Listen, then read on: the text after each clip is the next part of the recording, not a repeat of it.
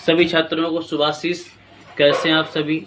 मैं अतुल कुमार शर्मा सरस्वती विद्या मंदिर inter college Bisalpur से एक बार फिर आपके सामने उपस्थित हूं अपनी अगली वीडियो के साथ। बच्चों, इससे पहले वाली वीडियो में मैंने आपको इस पार्ट के अंतर्गत आने वाले सभी टॉपिक्स की जानकारी दे दी थी। वो हमारा केवल इंट्रोडक्शन लेक्चर था। आज अपनी इस वीडियो में हम लोग बात करेंगे कंसंट्रेशन टर्म की। बच्चों, कंसंट्रेशन टर्म परीक्षा की दृष्टि से भी बहुत इम्पोर्टेंट है और न्यूमेरिकल बेस्ड है। इससे कई क्वेश्चंस बनते हैं, आने वाले कंपटीशंस में भी बच्चों कई क्वेश्चन बच्चों इससे पूछे जाते हैं। तो कंसंट्रेशन टर्म को एक्सप्लेन करने से पहले सबसे पहले हमारे मन में एक बात आती है कि कंसंट्रेशन है क्या, सांद्रण है क्या। चूंकि आपको जानकारी होगी, हम जब 11th में आप जब पढ़ रहे थे तो वहां पर पहली यूनिट आई थी जिसके अंतर्गत हम लोगों ने मोल कॉन्सेप्ट को पढ़ा था। उस मोल कॉन्सेप्ट वाले टॉपिक में हम लोगों ने कुछ हद तक कंसंट्रेशन को समझा था। लेकिन अब चूंकि हम लोग 12th स्टैंडर्ड में आ चुके हैं तो कंसंट्रेशन टर्म को कुछ ब्रीफली विस्तृत पढ़ने वाले। बच्चों, कंसंट्रेशन का जो मीनिंग है वो क्वांटिटी ऑफ सॉल्यूट से निकाली जा सकती है, विलेय पदार्थ की मात्रा से निकाली जा सकती है। किस तरह से इसकी डिफिनीशन को बताया जा सकता है, आप लोग मेरे साथ बने रहिए। देखिए, यहाँ पर बच्चों मैंने एक डिफिनीशन लिख रखी है। उस डिफिनीशन को बहुत ध्यान दीजिएगा। हो सकता है आपको लिखा हुआ ध्यान दिख ना रहा हो, तो मेरी वॉइस को आप लोग विशेष रूप से सुने ताकि अपनी कॉपी पर लिख सके। मैंने यहाँ पर लिखा है the amount of solute dissolve in पर लीटर वॉल्यूम ऑफ सॉल्यूशन। बहुत ध्यान से सुनिएगा बच्चों, the amount of solute dissolve in पर लीटर वॉल्यूम ऑफ सॉल्यूशन। बात क्लियर हो गई? पर लीटर सॉल्यूशन में जितना भी अमाउंट घुला हुआ है सॉल्यूट का, वो कंसंट्रेशन को शो करता है। इससे पहले वाली वीडियो में मैंने आपको बताया था कि कंसंट्रेशन टर्म में कितने पॉइंट्स अपने को पढ़ने हैं। बच्चों, सारे पॉइंट्स पढ़ने से पहले मैं आपको यहाँ पर एक बात स्पष्ट कर दूं। इस डिफिनीशन के माध्यम से मैंने बताया the amount of solute dissolve in पर लीटर वॉल्यूम ऑफ सॉल्यूशन, अर्थात पर लीटर सॉल्यूशन में जितना भी सॉल्यूट घुला हुआ है वह कंसंट्रेशन कहलाता है। जितनी भी कंसंट्रेशन की टर्म इसके अंतर्गत आती हैं बच्चों, वो सारी की सारी सॉल्यूशन से रिलेटेड है। बहुत ध्यान से मेरी बात सुने। जितनी भी टर्म हम लोग पढ़ेंगे वो सारी के सारी टर्म सॉल्यूशन से संबंधित हैं। लेकिन एक टर्म ऐसी भी आती है कंसंट्रेशन के अंतर्गत जो सॉल्यूशन से संबंधित नहीं है। बच्चों, वो किससे संबंधित है? बच्चों, वो सॉल्वेंट से संबंधित है। इसीलिए मैं पहले नाम भी बता दूं, उस टर्म का नाम क्या है। उस टर्म का नाम बच्चों मोलेलिटी है, मोललता जिसको बोलते हैं। तो इसीलिए परिभाषा को थोड़ा हमने आगे बढ़ा दिया है। The amount of solute dissolve in पर लीटर वॉल्यूम ऑफ सॉल्यूशन। ये तो सॉल्यूशन की बात हो गई। आगे बात करते और पर केजी वेट ऑफ सॉल्वेंट, पर केजी वेट ऑफ सॉल्वेंट। देखिए, दो बातें स्पष्ट होती हैं, पर लीटर वॉल्यूम ऑफ सॉल्यूशन में या फिर पर KG amount weight of solvent में। 1 लीटर आयतन वाले विलयन में या फिर 1 किलोग्राम भार वाले विलायक में जितनी मात्रा विलेय पदार्थ की घुली हुई होगी बच्चों, वह कंसंट्रेशन को रिप्रेजेंट करेगी। अब बच्चों मैं बात करता हूं, मैंने चूंकि यहाँ पर 2 पॉइंट की बात करी है, सॉल्यूशन की और सॉल्वेंट की। इसीलिए बच्चों इस कंसंट्रेशन वाले टॉपिक को हम लोग 2 पार्ट्स में डिवाइड कर देते हैं। यहाँ से बच्चों आपके एग्जाम्पल क्वेश्चन बनेंगे ऑब्जेक्टिव क्वेश्चंस भी आपके लिए पूछे जाएंगे, तो बहुत ध्यान से बने रहिए। हम लोगों ने भी देखा, हम लोगों ने पर लीटर वॉल्यूम ऑफ सॉल्यूशन की बात की और पर केजी वेट ऑफ सॉल्वेंट की बात की, और इन दोनों में जो भी बच्चों अमाउंट प्रेजेंट है सॉल्यूट की वो कंसंट्रेशन कहलाती है। तो मैंने कंसंट्रेशन को दो पार्ट्स में डिवाइड कर दिया। एक पार्ट में बच्चों उस टर्म्स को रखेंगे जो टेम्परेचर डिपेंडेंट होंगी। एक टर्म बच्चों टेम्परेचर डिपेंडेंट टर्म है, अर्थात ऐसे टर्म हम लोग यूज करेंगे जो टेम्परेचर पर डिपेंड करेंगे। और एक तरफ बच्चों हम लोग ऐसे टर्म यूज करेंगे, ऐसे पॉइंट यूज करेंगे जो टेम्परेचर इंडिपेंडेंट होंगे, जो टेम्परेचर पर डिपेंड नहीं करेंगे। क्वेश्चन बनता है ऑब्जेक्टिव में कि निम्न में से कौन टेम्परेचर पर डिपेंड करता है, टेम्परेचर का प्रभाव निम्न में से किस पर पड़ता है, टेम्परेचर का प्रभाव निम्न में से किस पर नहीं पड़ता है। तो सारे टॉपिक यहीं पर क्लियर हो जाएंगे। तो मैंने कंसंट्रेशन की जितनी भी टर्म होंगी वो दो पार्ट्स में डिवाइड कर दी है। पहला टेम्परेचर डिपेंडेंट जो टेम्परेचर पर डिपेंड करेंगी, और दूसरा टेम्परेचर इंडिपेंडेंट जो टेम्परेचर पर डिपेंड नहीं करेंगी। बच्चों एक छोटी सी बात मैं और बता दूं, टेम्परेचर डिपेंडेंट जो टर्म है वो वॉल्यूम की टर्म है, वो आयतन से संबंधित होंगी। इतनी बात समझ लीजिएगा। जितनी भी टर्म हम लोग पढ़ेंगे कंसंट्रेशन में, अगर वो वॉल्यूम से, अगर वो आयतन से संबंधित हैं, तो समझ लीजिएगा वो टेम्परेचर डिपेंडेंट टर्म होंगी। और अगर बच्चों कोई भी टर्म जो हम लोग पढ़ेंगे अगर वो मास से संबंधित हो, मास का मतलब वेट से संबंधित हो, मैंने दोनों बातें बता दी।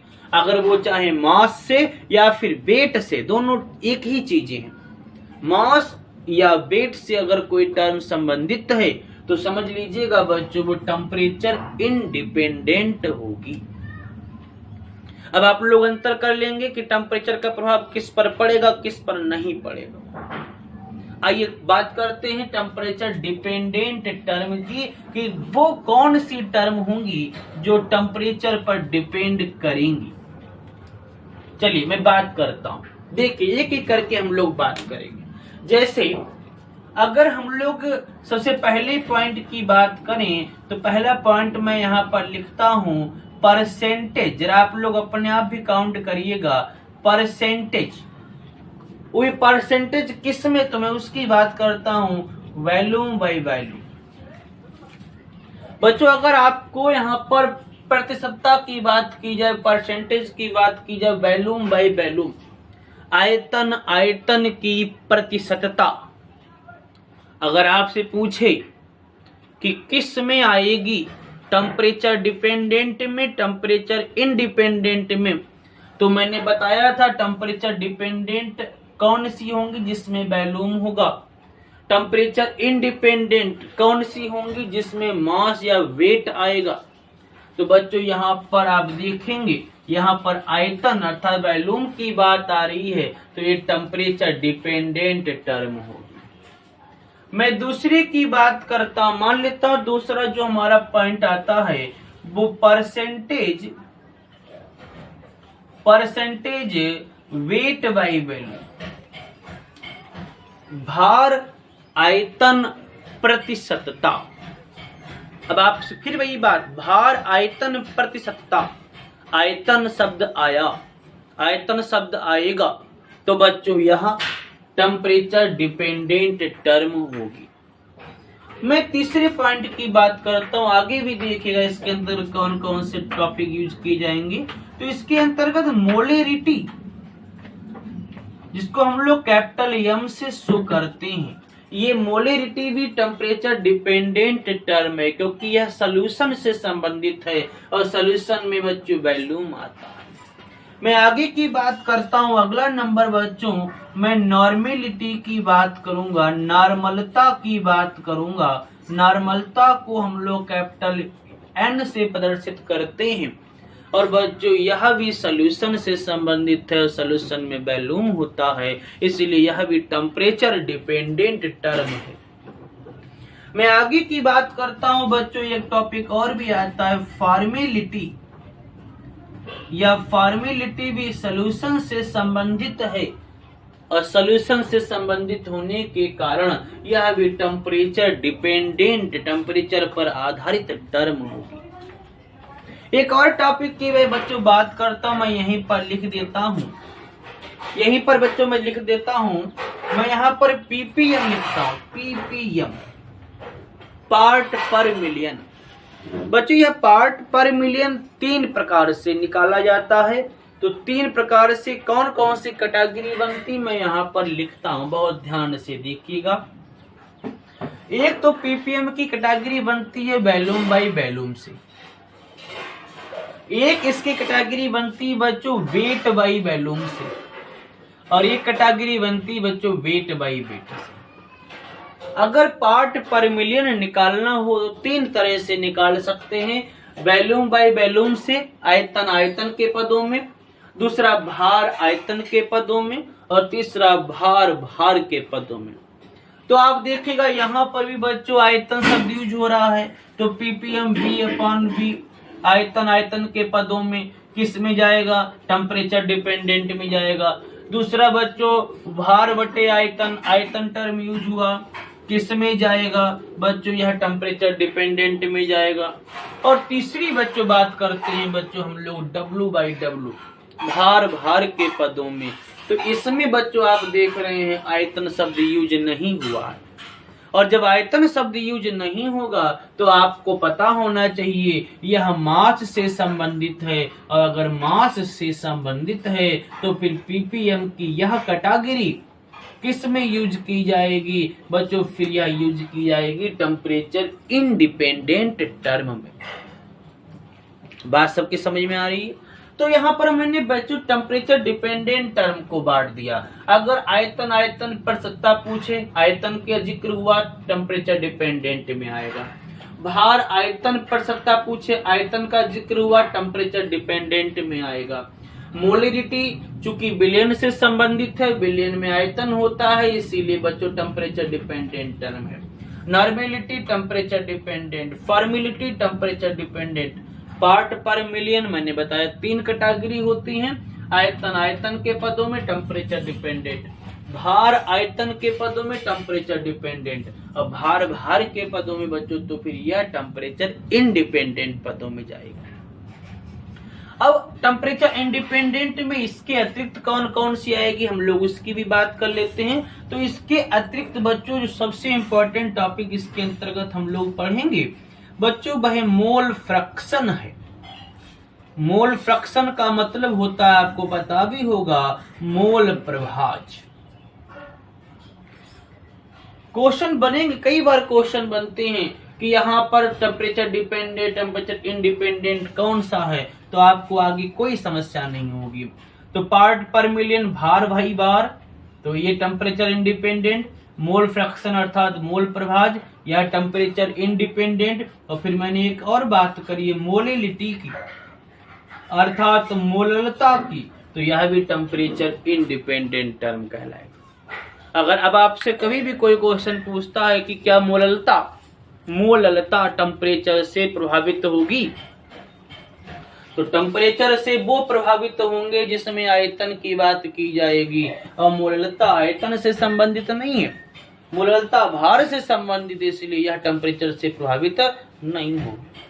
बात सबकी समझ में आ गई? तो मैंने एक कैटेगरी बांट रखी है, अपने आने वाली अगली वीडियो में हम लोग आगे का जिक्र करेंगे। तब तक के लिए अगर किसी प्रकार का कोई डाउट रह गया हो तो इसमें कमेंट बॉक्स में मुझे आप लोग लिखिएगा, मैं उसका सलूशन आपको दूंगा। तब तक के लिए घर पे रहिए, सेफ रहिए।